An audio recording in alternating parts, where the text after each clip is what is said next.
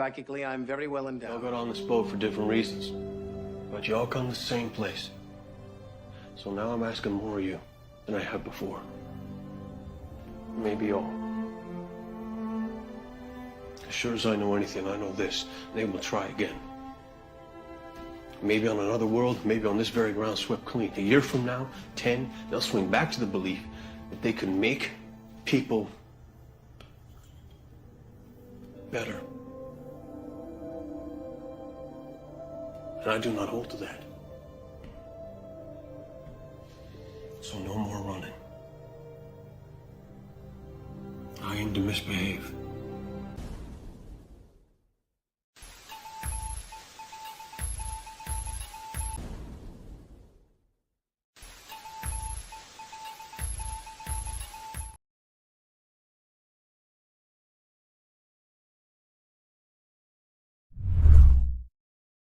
Psychic.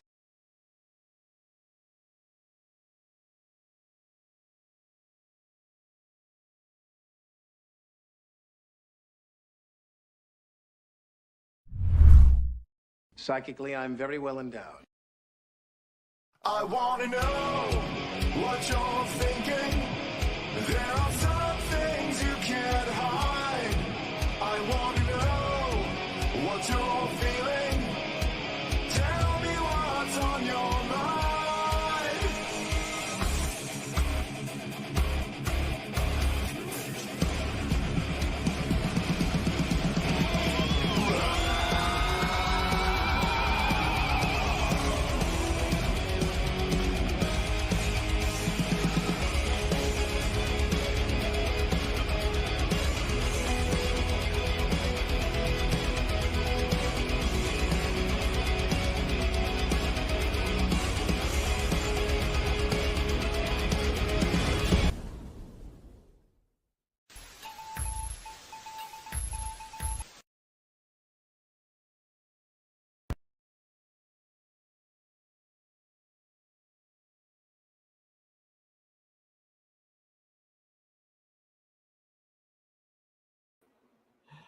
Okay, that was the wrong title card.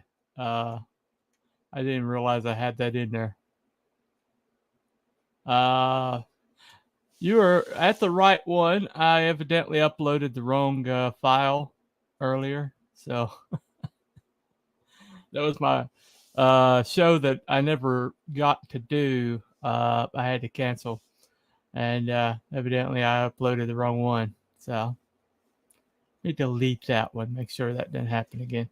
Today, this is What's Next, episode 4. And should we expect quality?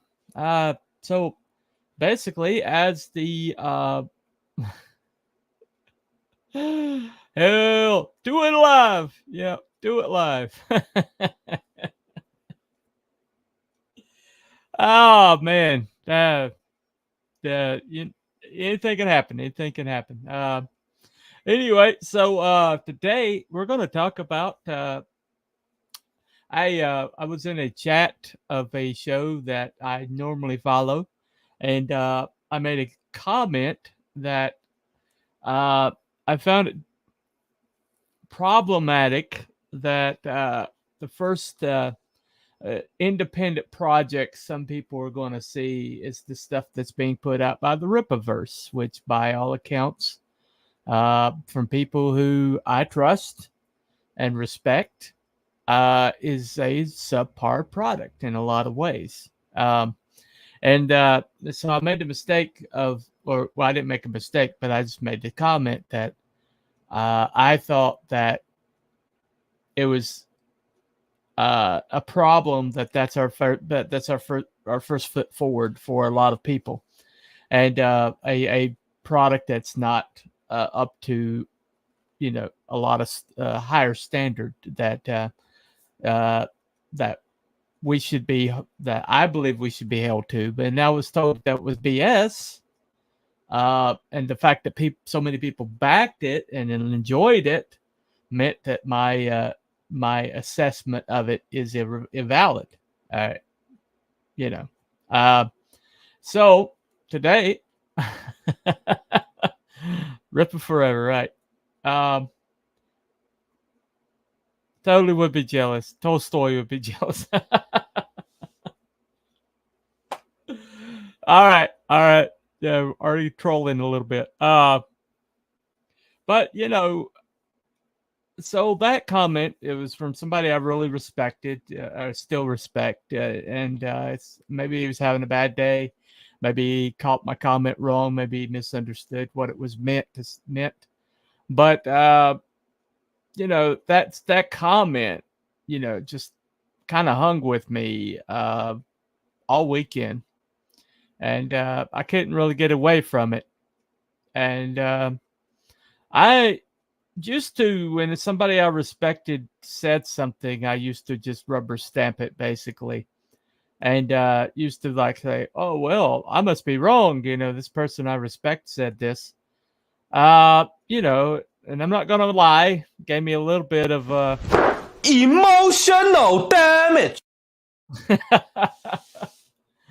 when somebody you respect that much, you know, uh, basically, kind of singles you out like that. I was taken aback. I'm not gonna lie. I was running on very little sleep, and I was trying to catch this show, and so maybe I was not in the best frame of mind to be commenting. Maybe in the future, if I'm that tired, I probably should keep my mouth shut. I don't know. But I went back. I rewatched the stream and I watched the outburst again, and I was like, "Is there a point here? Was there a point there?" And am my standards too high? Am I holding people to standards that are unrealistic? And so I thought I would talk about that. Comments. Sorry.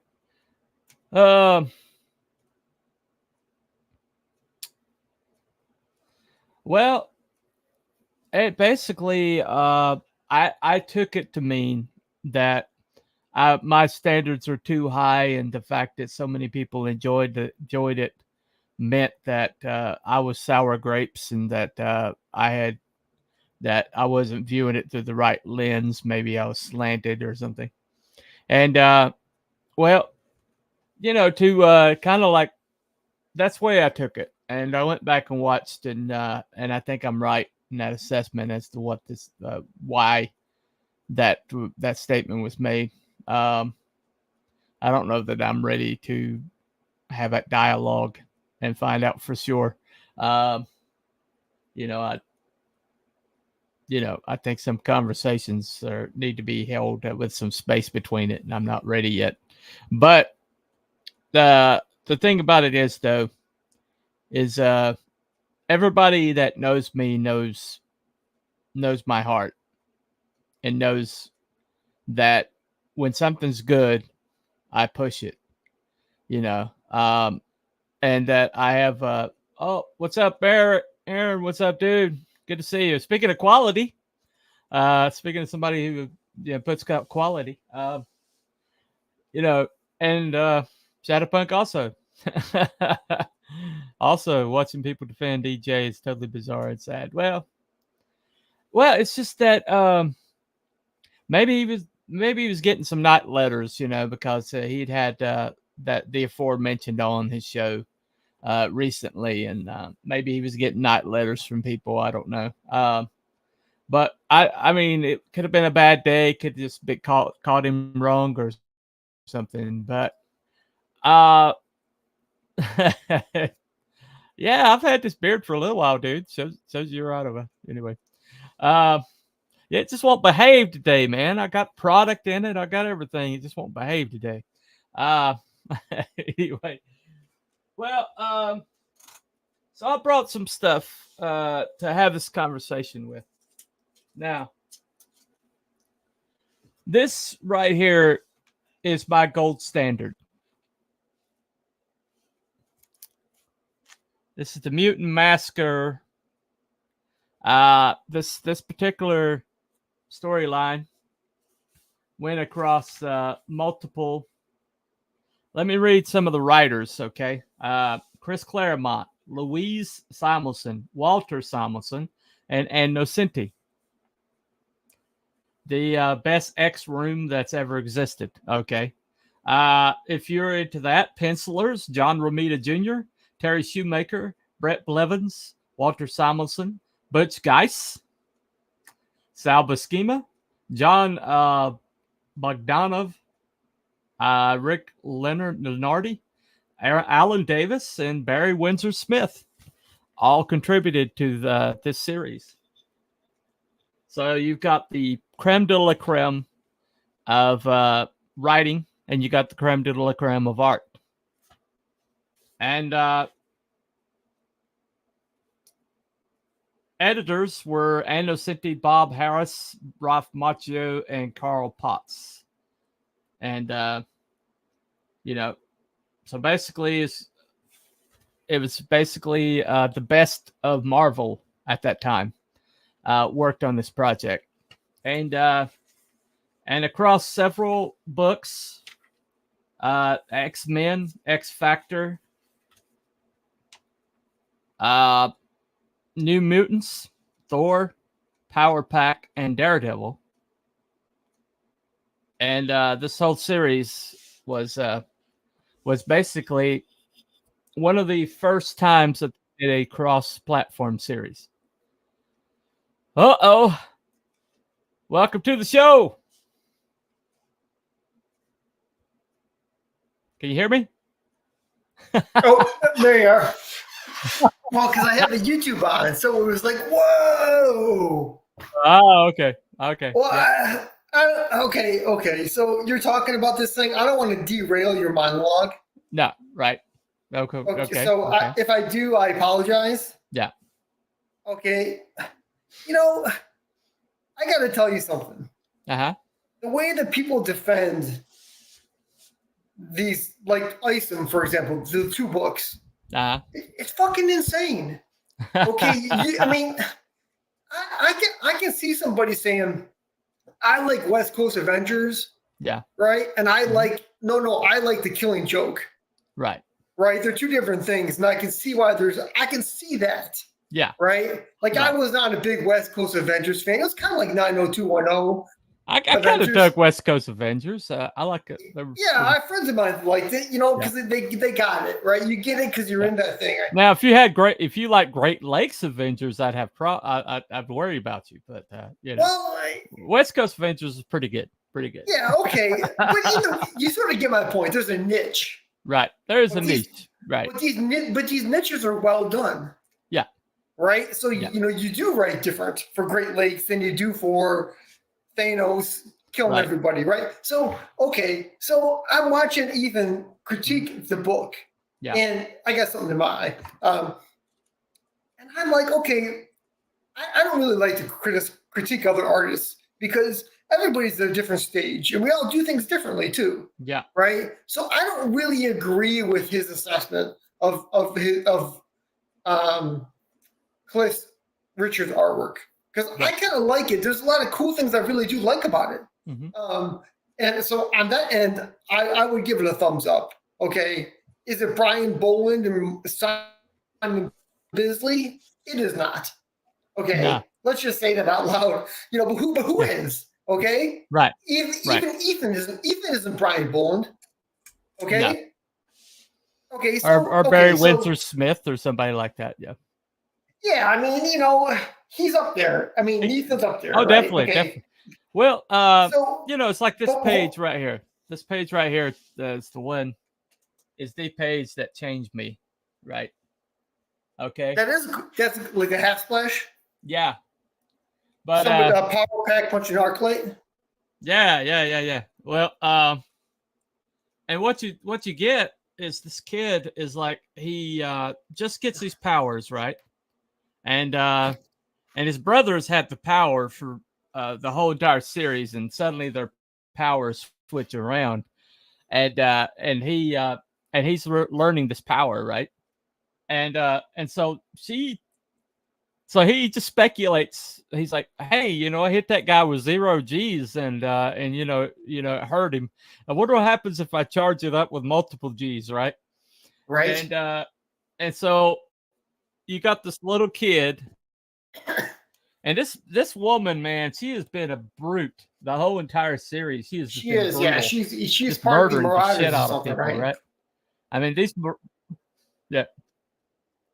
Oh Yeah, yeah. she's a Marauder. And you got this kid, and this kid's like, "All right, lady, here he comes," and he just punches the absolute shit. But look at the dynamicism right there. I mean, look at how far Well, back she's okay. bent, and how he's just like clobbered the shit out of her, right? So, And it comes out of panel a little bit, you know. And so you're making a point that's a good point. Okay, I saw that in Isom. I mean, not as well done. I'm not gonna say well, that's a but good. what I'm saying is this is my standard.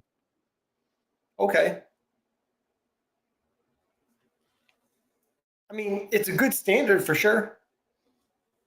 Oh, lost you there for a second. Oh, did you? Yeah, you're locking up. Your thing's locking up a little bit. Okay, I'm back. Yeah, so that's your standard. Okay, I'm catching every other word here. Uh-oh. Yeah, this is my standard. This is my gold standard right here. And this is what I compare everything to. And so, you know, I don't expect anything to exceed this. I think this is pretty much as good as you can get. I mean, across all these multiple storylines, all these artists, all these writers, and there's things that happen in one that will carry over into the other ones, you know. And this is people collaborating. This is people getting together, right?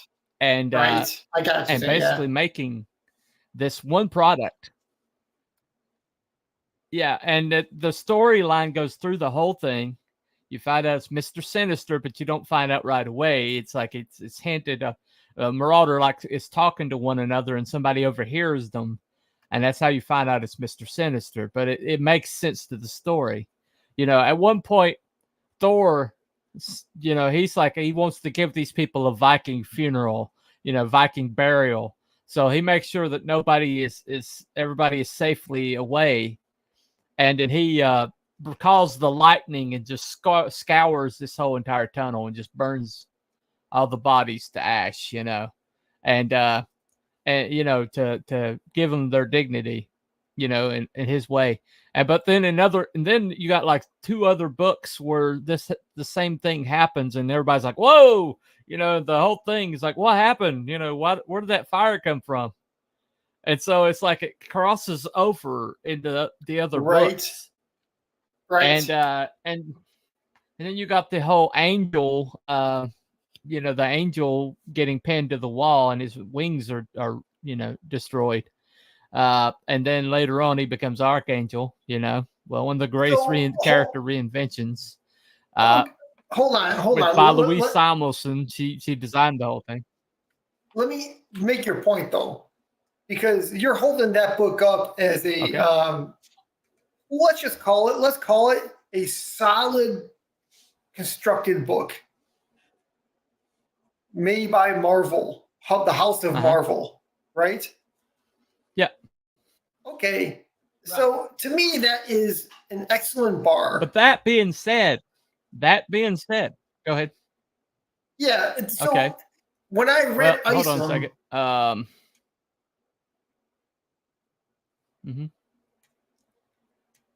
Finish your game from Volition. Yeah. Right. And just getting those comments in. Sorry. Oh yeah. You're following me on Twitter. Yeah. Yeah, I just followed him. Right. Welcome to the show. Welcome to the channel. Make sure you subscribe before you leave, dude. Anyway, go ahead. You said when you were reading Isom. Yeah. So the clarity in the book you're holding up right there is void in the Isom books. Okay, and that's what Dick Masterson was trying to tell Eric. Like no matter how good you think you are as a writer, if the reader doesn't follow what's actually happening and it's clear to them, because what's clear in his head isn't clear to everybody else. Okay? Right. So I'm like, that is so basic. To me, that's like, he needs to know that, right? And Eric is selling books based on his ability to talk. He's selling a lot of books. A lot of books. And for a lot of people in the normie space, this is going to be their only entry. This is going to be the first one that they get. Right. Because he is saturated out in the normie space. This is like this is the first one they're going to see for a lot of people. Right. And so what's up, Woke Breaker? Oh man, Woke Breaker's here early. Holy crap. Right. We're not ready. All right. So now, so let's follow that thought. Okay. Can we expect people that are not in the mainstream, don't have these resources to do quality? Well, I've got a few entries here. Okay. Entry number 1. Perfect 10. He's got a world building. He's got a great character, got a great look to her, incredible design. That little bob cut hair is very iconic at this point. Yes. And she's just like a really great character. Okay. And this is Dave Brink from Genuine Comics. He does not have the resources that Mr. July does. But he put this out. And he is on book 4. I've got all 3 so far. And the quality is like this all the way through. Okay. Right. And so he has as many books out as Eric July does now. Okay. But he's got Pal Rodriguez as his one artist for these books. He also has American Bliss, which is also in this series. He's also got some crossover books. But he's got a whole universe here. It's a genuine verse. And she's kind of like his pinnacle, his character, his Superman. But she is this incredible character, right? Very sensitive, very sweet, but very innocent in a way. But she throws herself into danger, heedlessly, because she has this guilt she's carrying around for things she doesn't even remember. And she's being punished for these things she doesn't even remember. Because she was assassin, they erased her memory after every kill. And so she doesn't really have a personality. She's trying to learn who she is at the very same time that she is, fighting for her life. I mean, the first book, she spends most of it naked. I mean, and you don't even notice because it's written so well. This is the one. This is the book, actually. If you think I'm exaggerating, let me pull this out. I believe it. I mean, I don't think you're exaggerating. Well, let me just turn to a random page. And just a random page about halfway through the book. And let me see here. Yeah.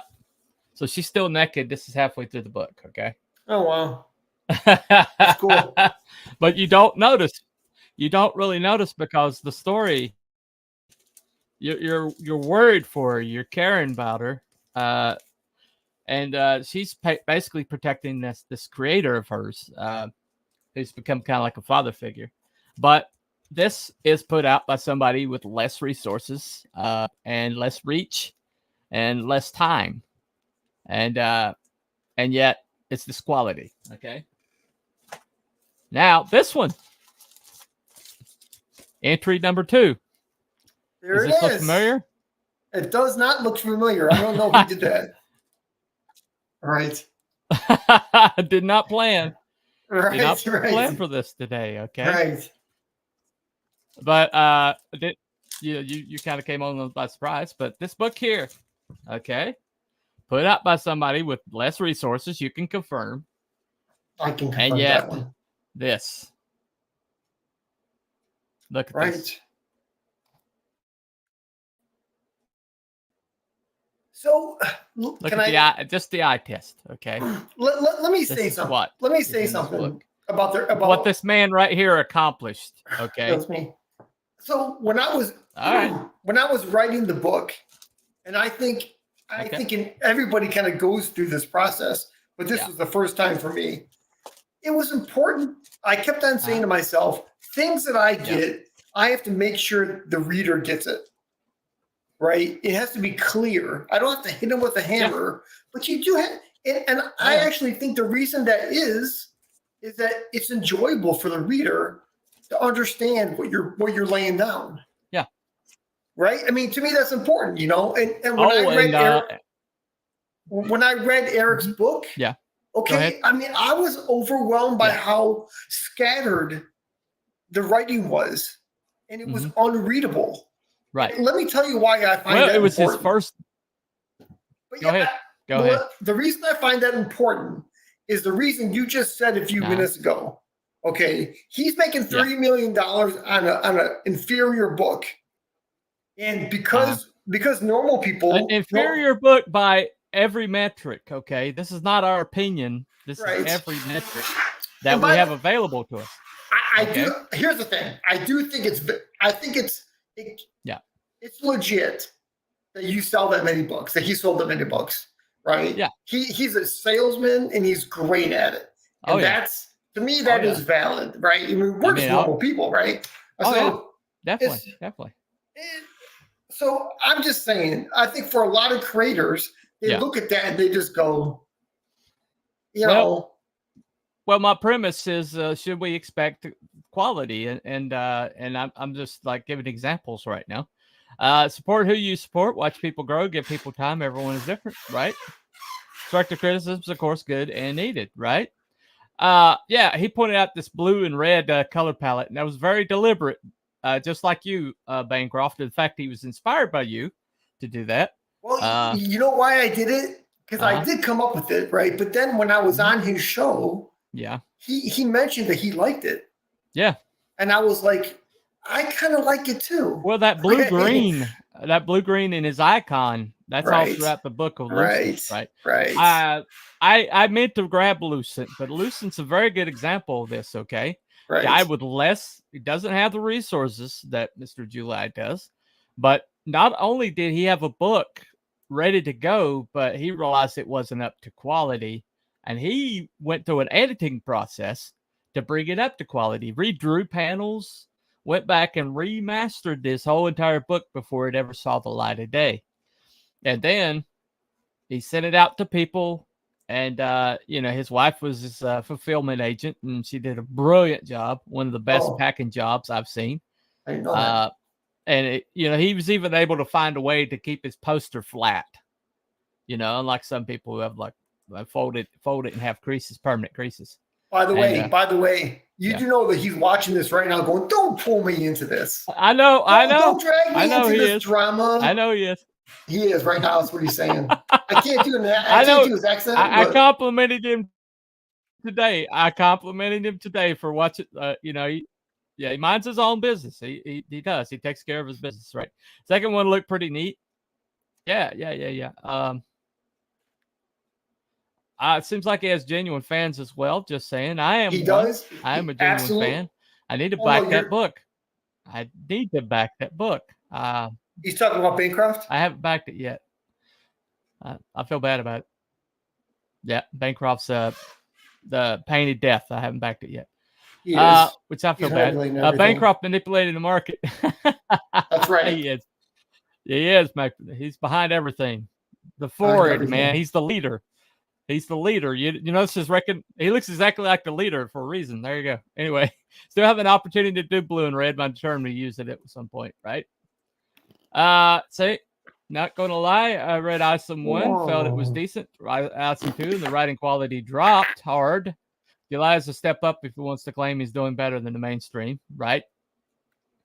Okay, this is all with love, right? And I don't want to see a creator do poorly. I don't either.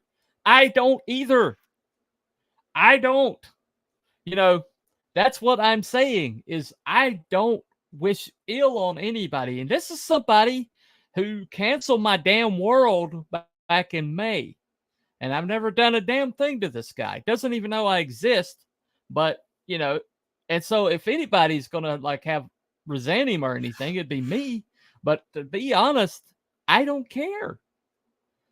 But the thing about it is this guy Well, is you a should view there. to the world. Okay, he's out in the normie. He's out in the normie space, and this is the face that a lot of people are seeing right now, and the quality of the product just isn't there. It's not. And Well, by every metric we're established. If I establish that Mutant Massacre, the Mutant Massacre is my. This is what I'm aiming at. This is what everybody should be aiming at. This right here. This is the pinnacle right, for me. right. Well, I'm sure other people have other pinnacles, but for me, this is the pinnacle. This is as good as it gets, guys.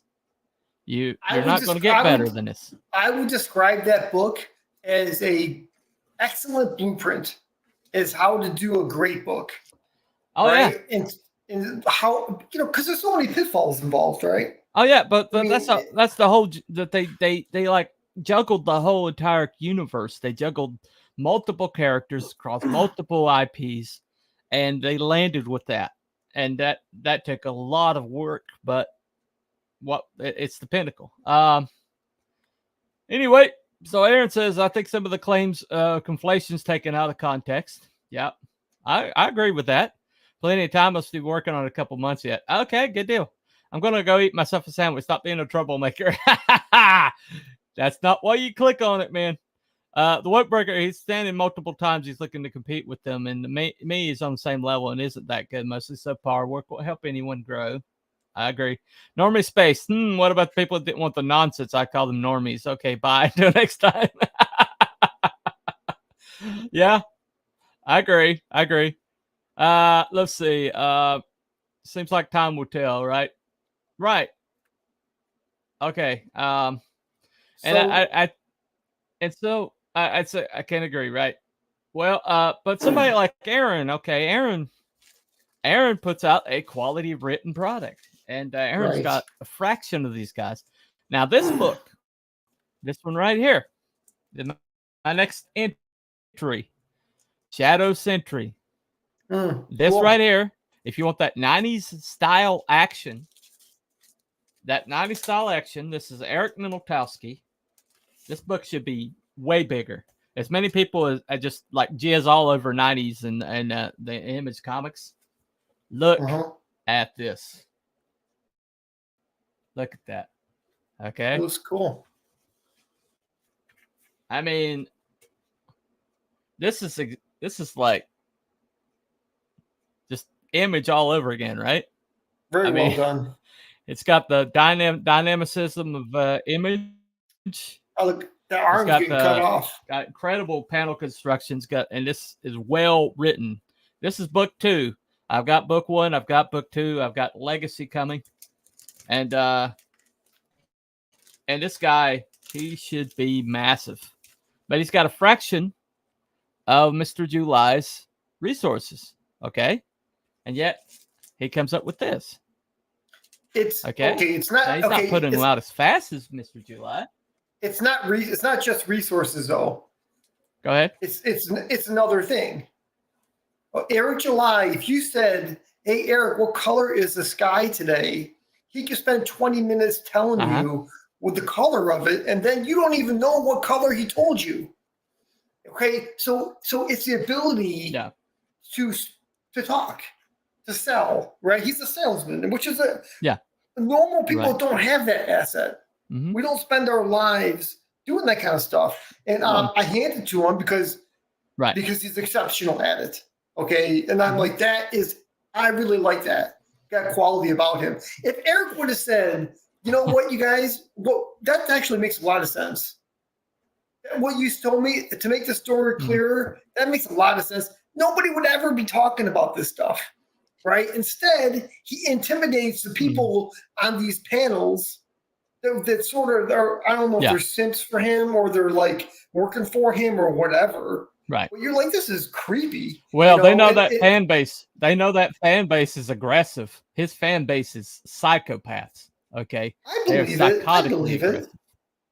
And I'm like, why do you guys have to be so aggressive if he's as good as you say he is? Okay. 6-gun gorilla. Look at this. Oh yeah. That's cool. Yep. Okay. Now this one, more of a 80s style, with panel constructions. Doesn't have but look at this. Look at this stuff, man. Oh yeah. And great protagonist. Look at the back on that. Look at that protagonist right there. Great protagonist. That's and great. He was on my show, and he was talking about I remember talking to him. Yeah. the Six Gun Gorilla is actually it's actually in public domain, public domain character, but there's like one comic book left of that series, and it's like under lock and key in England somewhere, and it's not accessible. So he was able to just take his character and make his own character out of it. But he loved the Six Gun Gorilla, he loved the name of it, and so he created something totally from scratch, fraction of the resources. And yet, this is what he came up with. Okay. And this is the same size. This is the graphic novel is the same size as Eric July's latest, Alpha 4. So, now the OG. Let's talk about the OG. Right. This guy completely, totally rewrote the book back in the early 90s. Nobody would give him work because he came from a fashion school, not Kubrick school or whatever. And so he used this fashion sense and his love of Japanese culture, combined those two, and came up with this really unique character with an incredible costume that no one had seen anything like it before, and started the bad girl craze. And it's completely outside with very limited resources, had to borrow money from his family to make his first run. And yet we all know who Billy Tucci is. Okay. So this was quality that changed the industry, that came completely from outside, an independent individual with very little resources. Okay. This was what was next in early 90s. This book came out, changed the world of comics. Okay. Let me tell you what I spot on that book right away, because I've never read it. Yeah. What I liked about it is the cover looks kick-ass. Yeah. It's very well drawn. Okay. Yeah. And then the other thing that's really cool is that the design of the character is extremely compelling. Yes. Okay. And so I know sort of who Billy Tucci is, but I've never seen him sell his book.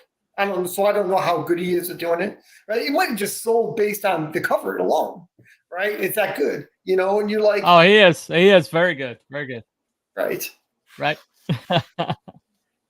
Yeah. Well, this guy, Australia, company man, this one right here, and he is a writer. So a lot of these are artist creators, but this guy is a total writer creator, and yet he found the right artist, and he put this out. Look at this. Open that up. Okay. There you go. There you go. That's pretty cool. Yep. Just kind of moving it around the screen so we can't see what's going on. All right. So hard, well, I can. There you go. Hey, look at that. So, but this is Company Man. It's a ensemble book. It's kind of dark.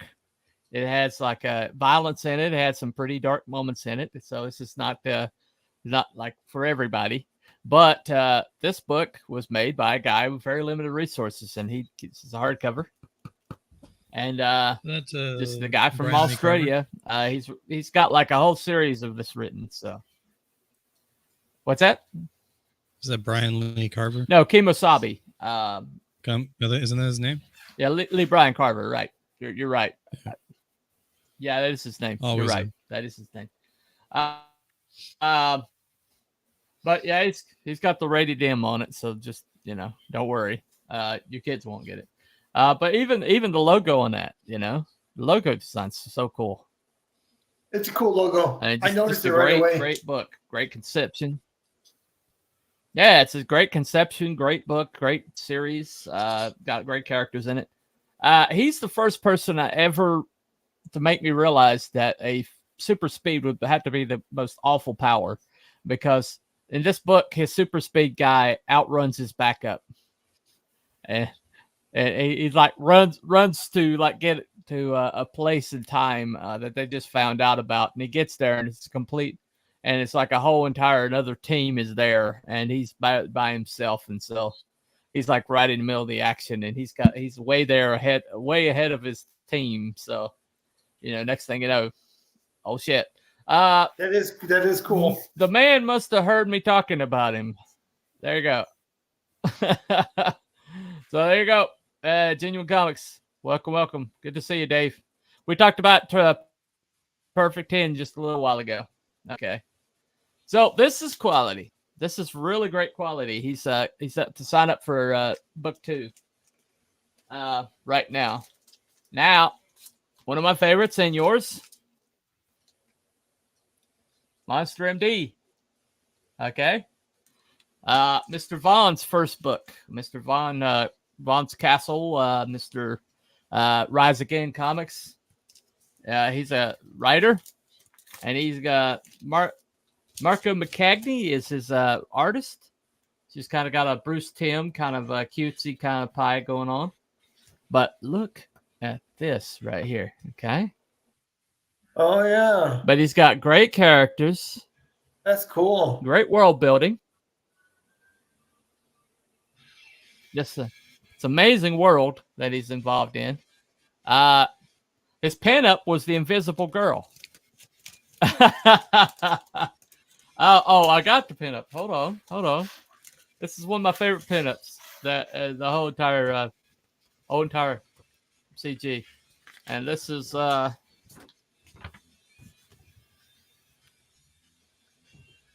What the heck? I get it. Wow, that's cool. So Invisible Girl. I guess he has a sense of humor, huh? Yeah. Oh, definitely. But yeah. So, but this is somebody that at that time didn't have a lot of resources. This is actually a second shot at this book. He actually had to go back and redo the whole thing because the artist he was using wasn't working out. And so he went back and did it. So that sounds familiar. Yeah, it sounds very familiar. It happens a lot. What's up, hey Dave? What's up, man? Mr. Riding speedsters is challenging. Yeah, I've got a speedster, and yeah, it's challenging because you have to the rules. You have to set the rules, and then the rules have to be flexible enough. Oh, you Rumble baby. Okay, there you go. Oh, you're on Rumble. Okay.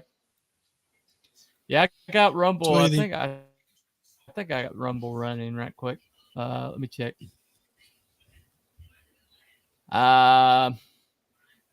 It's supposed to be running right now. Let me make sure. Yeah, it's. Oh yeah, he's on Rumble. Okay. Success. Well, I was just thinking about speedsters, and as far as speedster goes, I think the best idea for running them is to. I mean, probably going to start using them. Go ahead. All right, sorry. Yeah, so I was thinking about speedsters, and the best thing you can probably do for riding them is pair them with a race car driver. Because then they're keeping pace. Yeah. Right. Okay. Yeah. Well, it's just a challenge. It's just a writing challenge, But I think they have more challenges than most because of space and time, limitations and rules of space and time. I mean, depending on who writing the flashes, what his powers are or how fast he can run. Yeah, what's it on Rumble? Yeah. I can see it. I can see it over here because the Rumble finally found a way to connect to Rumble. I'm probably going to start using their player. I just need to get in there and work it out and see what it's like. Here's a book that I really like. It's really unique. It's called New Harlem. Now, this one is not a superhero book. It's not a cape. It's not quote unquote like Hojo calls it cape shit.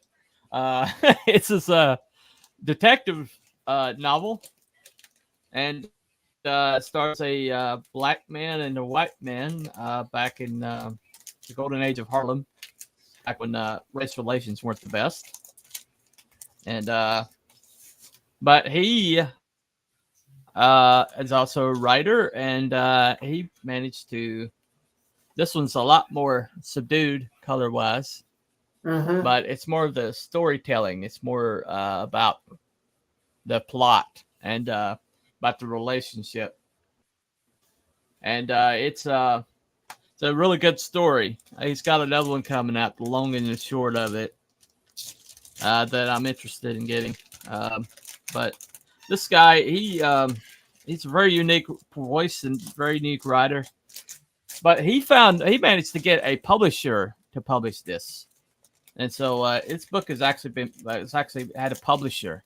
But he was managed to, but he pretty much had to put the product in their hands. But that's somebody that went a different way. But everybody I'm talking about today are somebody with less resources, less time on their hands, or full-time working jobs or full-time in other employment. And they are finding ways to put out this level of quality. Now, Wolf Flair, what's up, dude? Hey, man, good to see you. Glad you made it. So, what's up, Wolfer? All right. And Mortal Rising, Aaron, what's up, dude? Good to see you, dude. Let me ask you something. Hold on, let me ask you something. So Aaron's another one.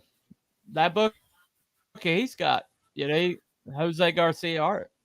Oh, go ahead, man. Could it also be that a lot of indie smaller creators, we have to fight to get the quality up the best we can, right? And if you're someone huge who's selling $3 million of books, you're set, right? In your mind, you're not struggling. Yeah. You're not struggling to get the word out and make it as good as possible. I mean, I shouldn't say that. I think that I'm sure that he wanted to make the best book possible. But but he's not desperate to make the best book possible. Right. And it's like seeing like bands when they start out early and then 20 years later, right? They're totally different. They're very complacent in what the music that they make. And it's that kind of a thing. I agree. I mean, maybe that's a factor. I'm not saying that it is, but it makes you wonder, I mean, $3 million. I mean, well, what I'm talking about is the expectations. Should we expect better? Should we expect more? What, from like indies? Yeah, from people who are in this independent space, because I keep, the comment that this is based off of was basically like, well, people enjoy this, enough people enjoy this that,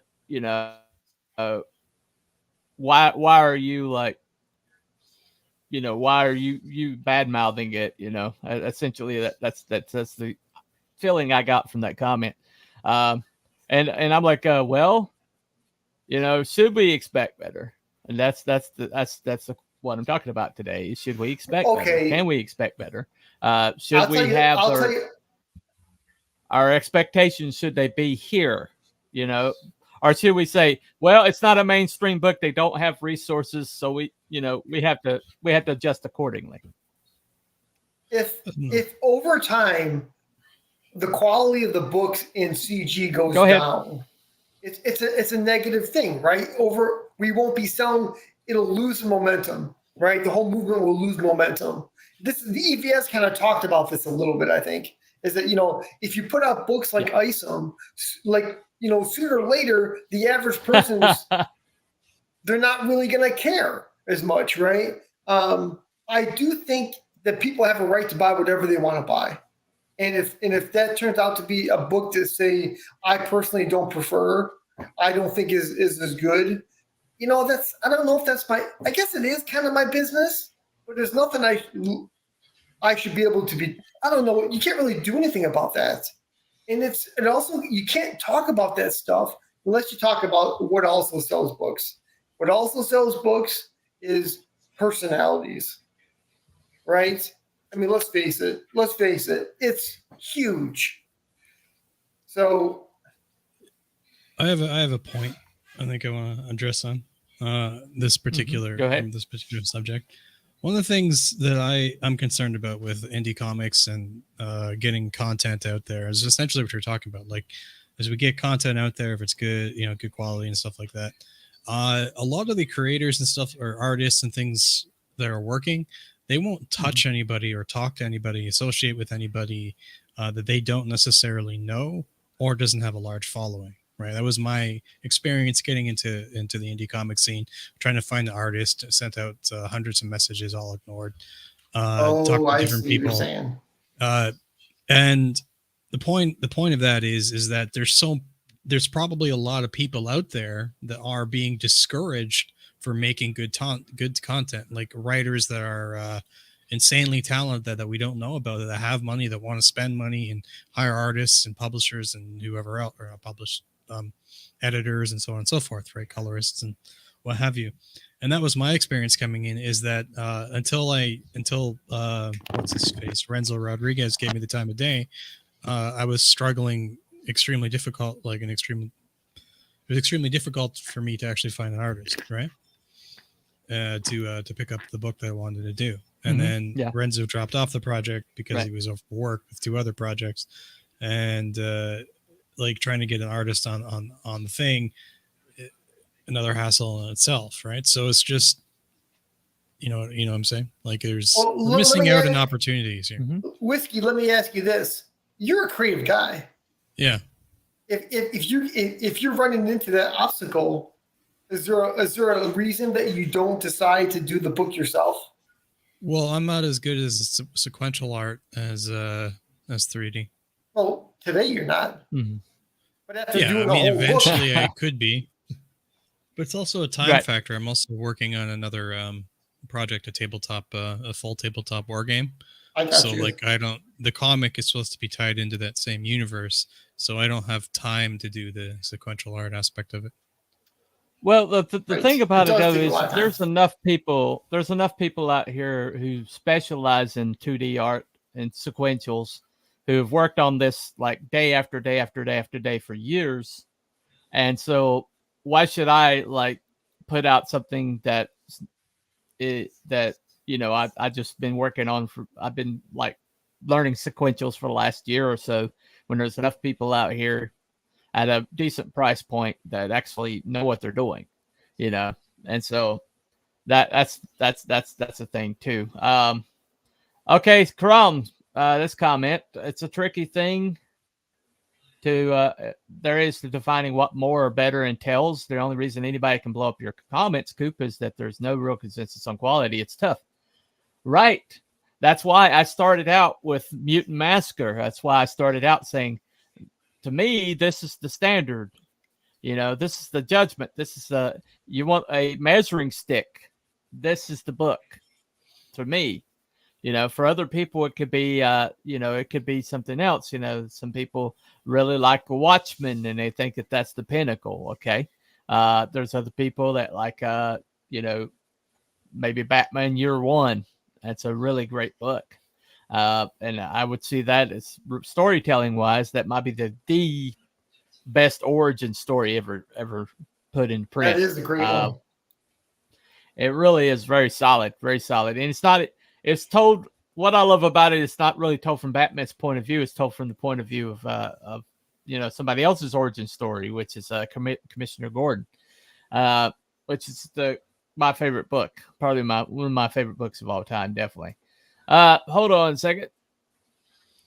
So, buyer beware, no matter what the cost to make them, right? Caveat emptor, definitely. Now, my last one. 1 second. All right, my last one. This one right here. Hybrids, Sons of the Gods, Trash Day. Okay. This is my favorite series in indie comics because I just absolutely adore these characters. And this is Luke Stone's book. And, as he got along the lines, he's gotten better and better and better. He's just got these great characters. He's got great interaction. But look at some of this stuff, man. Yeah. The one thing I noticed about Luke's artwork the thing I liked about it the most was that it felt explosive. Yeah. Yeah, he's got a very dynamic art style. I'm not sure how you can dial that in or not dial it in, but when I think there. some people have it and some people don't. I know somebody else does kind of like his did a lot of his layouts, and he would like ink over the layouts. But that was just basically they just put the pages out for him. That was a way to get more pages per day. I don't think I think he does his own layouts now. He's gotten to where he's confident in his own layouts. But I'm sure, yeah. But the thing about it is the series is just really, really rich. It's got some great characters. It's got great interactions. And at the time, he still to this day doesn't really have the resources that some of the bigger guys do have. And some of the bigger guys, like in CG, put out great quality. People that are on the level of Eric July managed to put out great quality. Maybe not at the frequency that he's putting it out, but there's something to be said about taking the time and getting it right. But there is some people like Graham Nolan, who puts out a lot of quality. He's put out a lot of books, and every one of them are good. He's a pretty much automatic buy, automatic back when I see it. I'm looking forward to Ghost of Madoka McKee. The thing about Graham Nolan, I'm not as familiar with his work as you are. I mean, I know him as an artist, but that's it. So I would bet that Graham realizes he's not Alan Moore. So when he writes his stories, he gets those points correct. He makes it clear to the reader, and he makes sure the reader enjoys reading his books. I would gamble that's what he does. And then he writes the very best he can. Well, the people that have really impressed me in the space are people who, even if they're just artists, they get writers' help. Even if they're artists, they write their script, but then they get artists, the people who actually write to help them to get it right. Okay. And then you got the art, like Bancroft, for instance, is primarily an artist, but he brought in at the time Joe Fulton, also known as Albino for Thunderbuns, and is that his buddy that was on the show with him? And he was like, "Oh, this is it's yeah." Okay. Yeah. But he basically edited that book, and he did a great job on it. And he basically, there's like a crackhead version that's where basically before he redrew it, he said the people look like crackheads. Of course you had the ginger root hand incident, but he laughs at it. He's kind of like made it part of his brand. But he went and had that book looked over by a editor, and then he adjusted the book to fit the greater arc and got help. Okay, and so all I'm saying is yes, a lot of people have bought product, and a lot of people are going to buy anything with Rippaverse on it. Okay, or anything with EVS, all caps comic. Some people, but we should expect quality. We should have expectations that books meet a certain level. And there's enough people in this space showing that that's possible. There's enough people in this space showing that quality in writing, quality in art, quality in coloring, quality in graphic design. All these things are possible, even if you don't have a mainstream backing. And so, yes, to me, you can disagree with me if you want, but to me, I think we should have expectations. Now, do you guys disagree with that? I totally disagree with it. I think you're insane. Okay. All right. Fair enough. There you go. I think expectations are great to have. Like, if you want quality, I mean, if you're a customer, it doesn't matter what anybody else thinks. You're going to put your wallet or your vote with your wallet anyways. But I also think that people should give unknowns a chance every once in a while. Well, you know what? If you come up with a hashtag that tries to get people to do that, you're going to get attacked for doing it. Yeah. For what? For coming up with a hashtag. Yeah, Bunny came up with the buy one back one, and then all of a sudden, even people in like in the smaller groups in our circles, half of them were just like jumping on them and stuff. I'm like, you guys are idiots. I mean, it's like everybody's picking everything apart. Right? If it's not exactly how they want it. Yeah. And you're just like, you know what? It's just a hashtag, dude. If there's a better one, dude, just crank it out. Let's hear the cool new one, Otherwise, just, let it go. Right. Just let it go, So I think people are just ridiculous sometimes. I'm sure I'm ridiculous half the time too. But, it's like you try to get the buy one, back one was an excellent hashtag, and it's like, And then what happens is people jump on stuff. People jump on bandwagons. Yeah. And they did it with Ripa, with this whole Ripa and this EVS thing. Like they're just on their bandwagons. They're not, they didn't even know what a 3D asset was until the day before Ethan mentioned it. Right? And all of a sudden it's a word. Well, there's enough of people. There was enough people that looked at that book and had problems with the art before, and enough people that had problems with the writing. But of course, they were shouted down and kind of like, oh, you're sour grapes. You just don't like Ripa, or you're istrophobic. I've heard those. Right. Because the man happens to be of the black persuasion, so Well, you were the first one to call I said I wasn't going to writing. back the book because of the writers. Right. Yeah. Right. Because I knew it wasn't going to be good. I knew it was going to be good. I think it has more to do with the fact that he's a YouTuber. But the bottom line, though, the bottom line. Go ahead. I think it has more to do with that he's a popular YouTuber and less to do with the fact that he's whatever skin color is. I'm pretty sure it's just the fact that he's famous. That's the only reason people give a crap about it or his stuff or defend his stuff. That's what it is, right? Because we've seen similar things before, all over the internet with different different things. I'm pretty sure it's just fame related. Mm-hmm. Well, yeah, it is. You know what? The YouTube thing is like you put your finger right on it, Whiskey. I mean, that is like and what you also do, and I'm sure Eric did this too, is he attached his YouTube thing with a movement of some sort, whether it's the mainstream doing this or whatever. Right. It's like at some point, at a certain point, I get that it's cool to do that. I totally get it. If I could do it, I would do it too. Okay.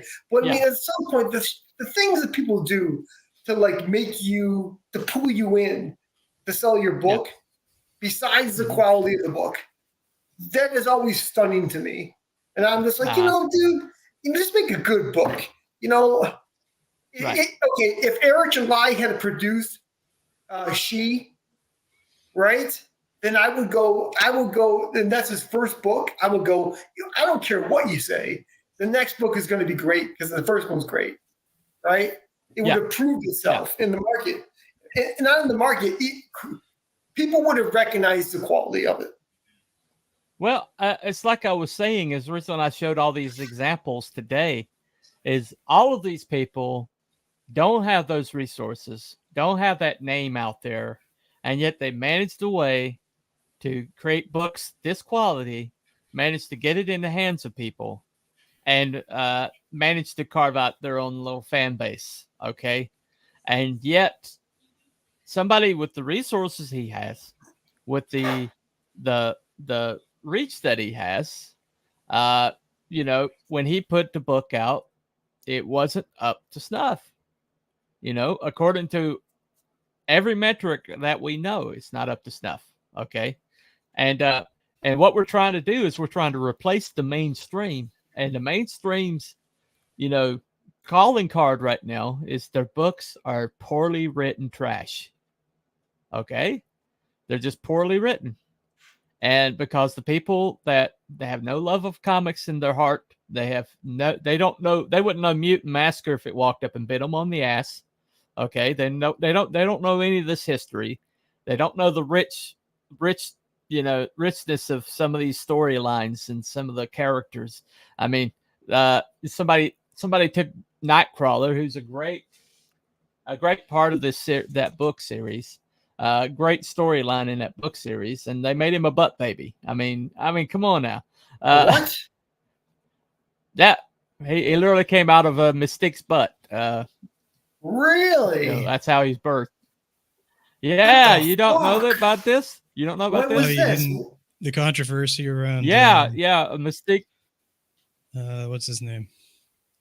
How long ago was this? Blue guy. Look it up. Nightcrawler.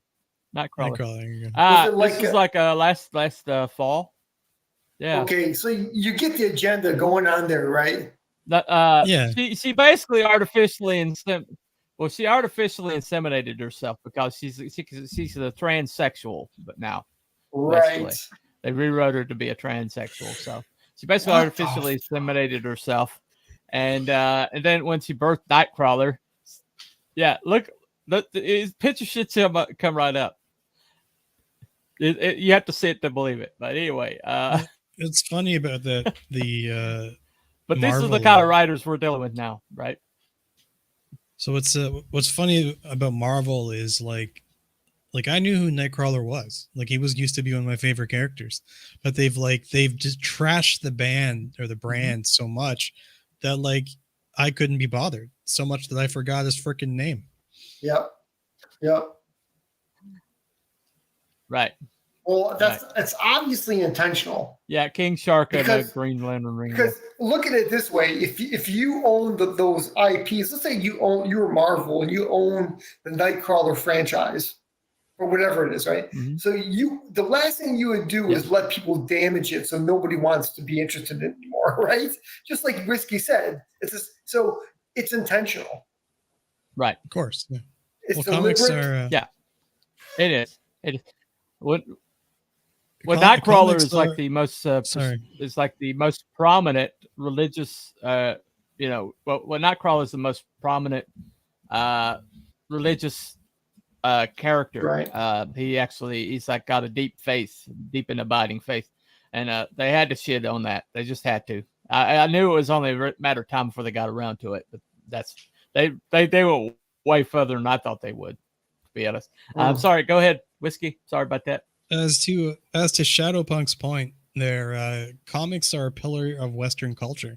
You can't subvert and recreate your new utopian society when if your goal is to completely replace American culture, and comics are an entire part of that. The sequential art thing, all of it, Superman, Spider-Man, so on and so forth. With like, if you're going to destroy all that and tear it all down, comics is one of the first things you should probably knock out. Comics is our hero fiction. It's our mythology. Yeah, which every culture has, and that's the reason why it's been targeted. All right, Shadowpunk's got a good point, but you can't entirely separate personality in the product. Indie level, you depend on it personality to drive sales. I think there are better ways that need attention, though. Yep, that's what the show's about, finding better ways.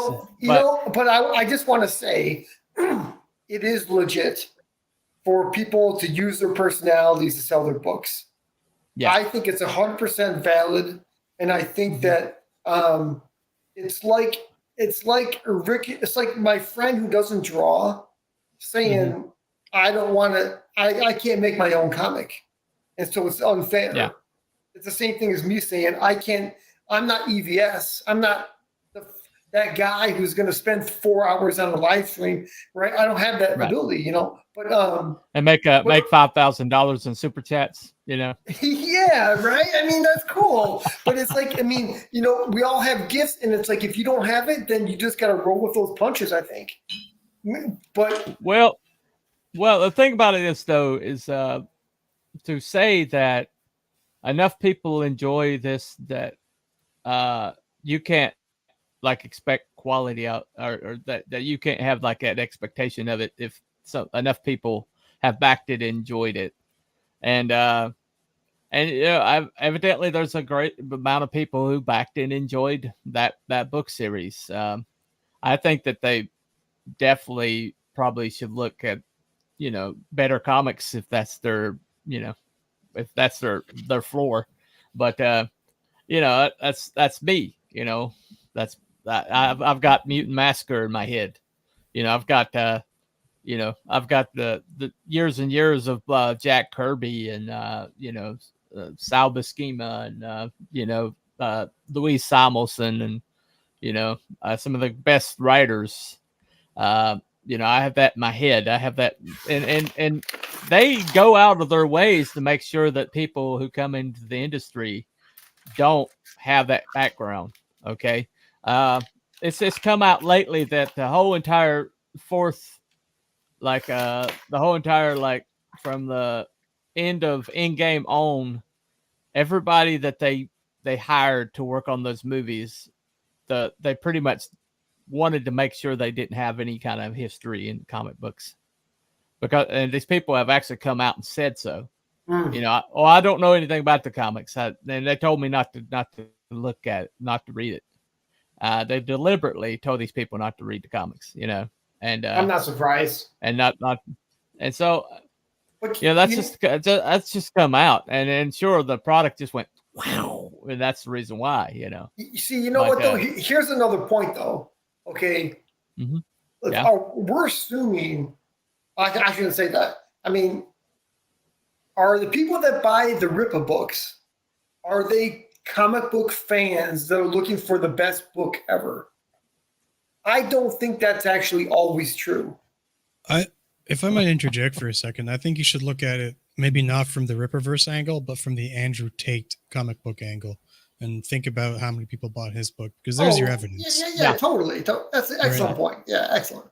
Because like people bought this, that book was garbage. There's no, like, absolutely nothing about it. Was that AI art. It's obviously AI art. And it was just crap. It was just, the quality was crap. The book was crap. It was a crap concept. He just, whatever, however he you just feel wanted about to prove Andrew that Tate, he could sell it. He just wanted to, I don't even know what I think he just wanted to get on the train, right? The hype train. But he sold it, and he'll make more money than half a Comicsgate, right, on that one book, and he'll probably make more money than I'll ever make in my entire life on that one book. Probably. I mean, once you consider bills and paying, you know, stuff off. But yeah, that's the I guess that's the standard you can go by of if you're looking for the concept, do simps sell books, right? Yes, they do. They do. You're right. Is the Rippaverse well, at the end of the day, buy books? I don't know. Maybe they're not. Maybe it's well, at the end of the day, though, you know, the primary. Sorry. Go ahead. Well, I was just saying maybe there's something there that people enjoy. Okay. Maybe there's not. I don't know. I couldn't tell you. I didn't buy the book, so. Well, let me ask you this, because to your point, Whiskey, if John Byrne came to CG and he said, "I'm going to make a book called something totally cool," right? Whatever it is, it's cool, right? Now, John Byrne's a legend. He's a true bona fide legend. Do you think he would make $3 million? Right. No, he would not. He would not make $3 million. Easy. No, I don't think he would at all. I don't know. I think he would. I think he would. 3 million? I think he would. John, Well, is he John, backed if you by want to put anybody out or a just comic book, if you want to put out a comic book, John Byrne, I'm telling you right now, sir, we will buy it. Okay, you need to go into indie sphere and start selling or start doing art again. We will support you. Yeah, Okay. I think if I had to predict it, I would say that John Byrne would make anywhere from $500,000 to $1 million. Okay. Oh, I guarantee it. I guarantee it. If But, Berserker can make that much on Keanu Reeves, I know John Byrne in this space would make that much. Here's the thing, John Byrne. I think anywhere you can leverage sympathy and desire for people to get close to the fire popularity, you'd be able to push that energy towards selling something, anything. Yeah. I guess. Right. I mean, right.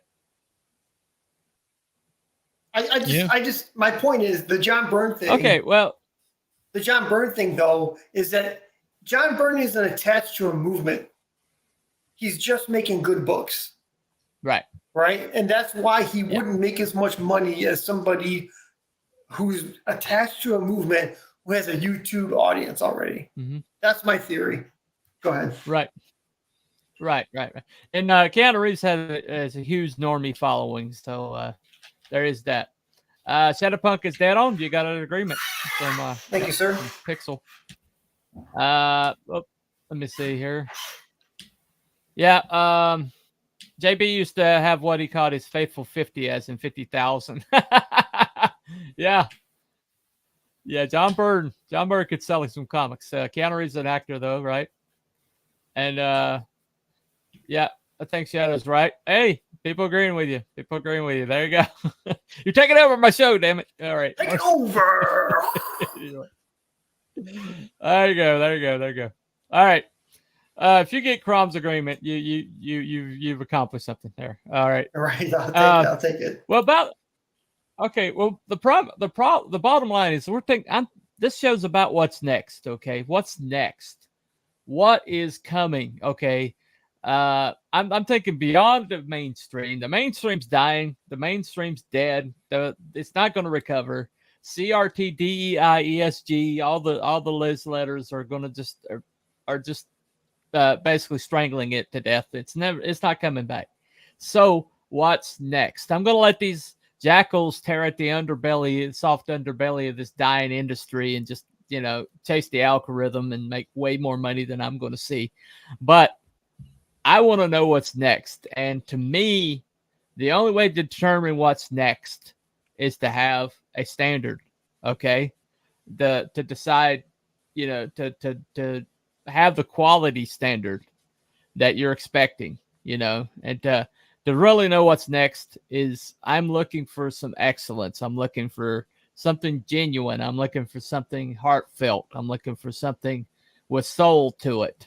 And in this market that people are so starved for something genuine, for something unique, something, and the only way that we're going to be able to sort through all the stuff that's coming at us is if we have an expectation, if we have something we're looking for, if we're having a level that we're wanting to reach. And if we want to replace the mainstream, we got to be better than the mainstream. Because the mainstream has the marketing, mainstream has the product, the saturation. Go to Ollie's today and you'll find shelves and shelves of product. They're just throwing product at the market to see what sticks, and nothing's sticking right now. The market's Teflon. And if they get a whiff of ideology on anything, they're going to walk away from it. Okay. Everybody's just tired of it. They're tired of it. So they're walking away in droves. They're walking away in mass. We've got to have something there that when they walk by on their way away from the mainstream, they've got to want to pick us up. They're going to say, I know that's not what I want anymore. But I still want something. Now let's see what else is out there. And we've got to be what's out there. And that's what this show's about. So you think comics will survive the inevitable crash of the big two? Well, Well, I know that it's going to hurt it. I know that, but it'll probably drive it back underground where it started. But I think there's always going to be comics in some form, and I really don't see the big two pulling out at this point. I just don't. I mean, it hurts me to say that. I mean, you know, I still got Mutant Massacre in my heart. You know, I mean, I still got that level. Those characters, I still love those characters. I love those characters more than the people writing them right now. And but I can't save them. I don't have access. I don't have any way to save them, and they're not going to be in public domain for us to write our own versions, unless we like create a one-offs. But at the bottom line, though, is that we've got to be what's next, and the only way we're going to be what's next is by putting out a quality comic. We're going to put out something quality, and so when I see somebody that could be the gateway to this entire area, into this entire part of this entire, like, I don't know what you would call it, but this corner of comicdom, and what they see is this product. I mean, they're gonna be like, well, I just walked away from that comic book shop with subpar quality. You know, why would I walk to this?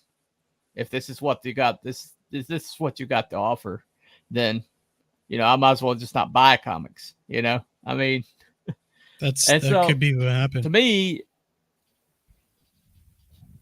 Yeah, but I mean, he's losing 500,000 per comic, right? If you look at his sales figures, they're been. I mean, Right. And so, I just, to me, I mean, that's the reason why I agitate. That's the reason why I put the target on my back by saying so. Hold up, John Byrne. Pixel says John Byrne. Come on, show it up. But John Byrne doesn't have the modern audience outside of older comic fans. Yeah, but he's still got a lot of comic book fans, and he's good enough that I think he would translate. Not sure what you've accomplished. Yeah, gotcha. Right. He's not sure what you've accomplished by being right. That's what he's saying. I think it's a follow-up. My kid has no clue who Byrne is because he's not interested in comics outside of manga because the mainstream comics chased him away. Right. My book is unique, but it will never be a classic. I'm okay with that. Right. But it's fun, and fun is different from what they're getting in mainstream right now. My son just read King Cryptid 1-4. Yep, that's a good book. Hell nerds, this is a hit and run, can't stay. Hey, RJ, see you, man. Big 2 crash. I think comic shops sell current books are likely going to implode. Yeah. I think it's a possibility. Not the possibility. I think it's inevitability. Also, Mike Barron agrees there will always be comics in form. It's a medium that never dies. Right. Well, it's our mythology. Comics is our mythology. You know, it's our hero fiction. Indies don't represent enough of the pie to say the local comic shops. They just don't. I'm not 100% sure that comics won't die either. At least American comics or Western comics. Just say the big 2 crash, there could easily be a cultural cascading effect. If the big 2 crash, comics go out of popularity, movies, you know, Hollywood goes down, media goes down, people don't have anything to invest culture in, therefore they have no escapism, and then it just spirals down to the end of a fall of an empire, which we've seen parallels in other falls of empire throughout history. So America Comics, if it does go out and it snuffs out with the big 2, it could cascade into a complete cultural collapse. Mm-hmm. If I had to guess what would happen, my prediction would be that you would lose a lot of people that would have normally bought comic books, but a big percentage of those people will go looking for indie comics wherever those are. And some of those people will come to CG, and some of those people will go to, you know, Gail Simone's indie book, right? Or something like that, like the more perceived to be mainstream or something. Those poor So- souls. Those poor souls. Yeah, well, it is. It's not good. But that's I think at some level it would be a rollover, right? Because there's probably still Yeah. people reading Nightcrawler comic books still, right? And now they're gonna go, Right. where do I get my next books? What's Cyberfrog about? What's Shadowpunk about? Could be. Yeah. What community service about? What is, What is Driftwood about? What's Driftwood about? The thing is, though, the thing that's hard is that it's all broken up. But because it's all individual creators, there isn't a one-stop shop. I'm not saying there should be, but for the person for John Doe who wants to buy comics, he's not going to know where to look.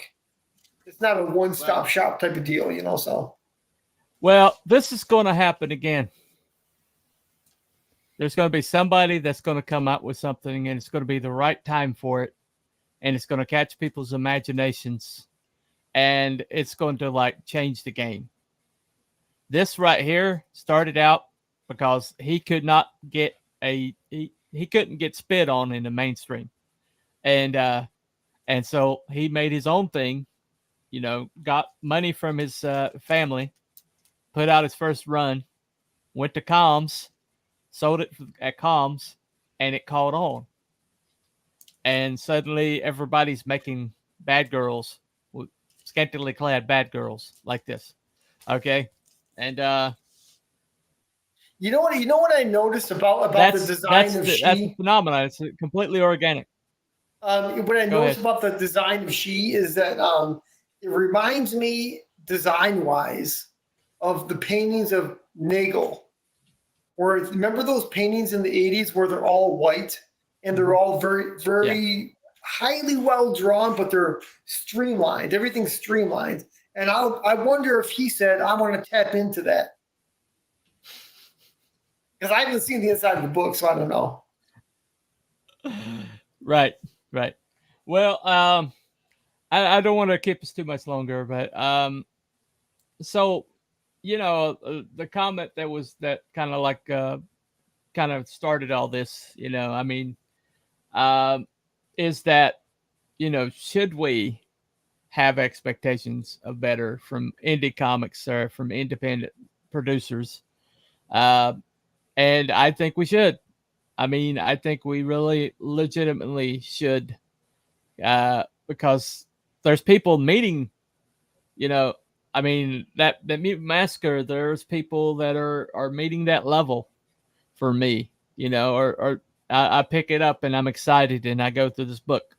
This guy here, the book that he put out was beautiful inside and out. Had the 3D movie with it, had the and had a gut-wrenching ending on it that made me sit in the dark for a few minutes after I finished it. I just turned off the lamp and I just sat there and just kind of sat in it for a little bit. Yeah. Wow. It's an incredible read. And this guy accomplished it on his own. And so thank you. I'm saying that we can reach that level. You're welcome. Yeah. You know how I feel about it. You know how I feel. But I'm just saying, by settling, we're not going to replace the mainstream by settling. We're not going to be what's next by settling. The only way that we can make the impact that we need, the cultural impact that we need to make, is by believing in our product and pushing good stuff. Now, EVS is suddenly, he's got standards. Suddenly he's pointing out all these flaws in this stuff. But he pushed the stuff that he pushed before, and suddenly it has flaws. Why? Because he's butthurt about it. But these people made him mad. And so suddenly... Oh, you think that's what it is? Yeah, this stuff was subpar before, and he was pushing it. Okay? And now... And so I'm just saying that if he had, at the beginning, said, okay, I'm not going to push this because it's not up to par. If he had said that at the start, before they made him mad, then I would be like, all right, that's awesome, But now, how do we know it's not sour grapes? You're like, well, if his stuff was bad before, then why'd you push it then? And so all I'm saying is, go ahead. This whole idea of because it's almost nowadays, it's almost like a requirement that you need some kind of YouTuber to push your stuff to actually get anywhere. And I had a personal experience with that. Like I had a YouTuber commission some of my artwork for the 3D models, miniatures, and he pushed the stuff out there, but he never gave me credit for the thing, right? Yeah, I got paid like a wage to do the work, and I didn't do a contract. But like, what happened is that like he didn't give me credit for the stuff, which would have gave me additional work for the year. But there was some controversy surrounding his stuff because of the ideological divide, and people didn't like his stuff, and trying to get a copyright struck because of the what do you call it? It's a proxy miniature, so it looks like it's made to replace something that already exists. So it's similar, not quite the same. Falls under legal copyright if you want to do it, but because he's a political figure or like not on their aisle, big controversy around it. And when he finally released it and cleared the copyright stuff, it was 9,000 some odd downloads, and some other work I did for him as well, which he also never gave me credit for. He's still selling today, so it's like, and he's probably sold like over 10,000 units of my work. And I've never seen a dime of this stuff, of those sales, or any credit for the work whatsoever. Had he like mentioned my name in one thing, people would look at my stuff differently. I would have work like consistent work all the time with modeling. People wouldn't. I wouldn't be as an unknown, and I wouldn't be struggling as I am now. And it just personally, the whole idea like of requiring a YouTuber to be famous to push your stuff. I mean, it seems like it's like really realistic, and it's almost a requirement nowadays, and it sort of pisses me off. Yeah. Welcome to the world. We need a better system. Yeah, we need a better system. We do. We definitely do. I think I've been kind of like looking around and trying to figure out a way to build better system. That way we're not what is the word? Beholden. That way we're not beholden to people that that I no longer respect. Well, can I say something though? Okay, go ahead. It'll be the last statement. Will be our last statement. Go ahead. Okay, it is. Being beholden to somebody for that is probably not the best scenario, but but you could also describe it as networking. Yeah. Right? It's less beholden and more networking. And I think that also falls in that category. So it isn't just being beholden. You know what I mean? I got you. Yeah. All right. Fair enough. Not to be a naysayer. Anyway, no problem. I don't mind naysayers. I don't mind people giving me feedback. Anyway, so thank you all for coming to the channel today. I hope that that you saw something that's going to help you determine what's next, and because that's the most important thing is the future, not what has been. What has been is dying and going away. So that's what this show's about. Can I get one last comment? That I think is a solution to the issue here is only follow people that follow you back, and uncouple yourself from people that wouldn't give you the time of day, no matter how famous they were. Because they're not really worth your time. Good rule of thumb. Yeah, I don't follow Eric July, so. There you go. Well, I don't follow any of the big guys anymore. All right. I hope I didn't miss anything. Yes, I got it just in time. I got out just in time to escape time profit. There we go. All right. Yes. All right. So there we go. The perfect timing. All right. So that's been Cooper from Telepathic Bunny Comics. Thank you to the fluffiest chat in all of YouTube. And we shall see you later. Next rabbit hole. One last comment. Let me get the last comment here. Come on, pull it up, pull it up. Started to so all right. The beard works. The beard magic. Beard magic. There you go. All right. Anyway. All right. Thank you. Thank you guys for coming today. Let me pull this up. And freaking StreamYard's suddenly getting sluggish on me. Hold on, guys. Come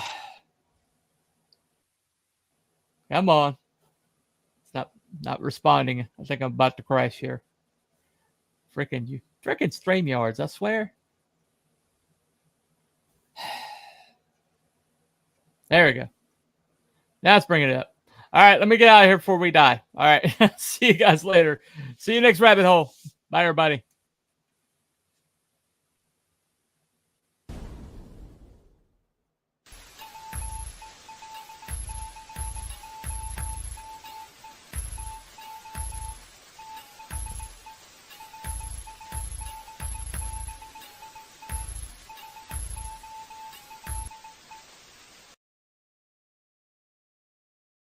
Thank you.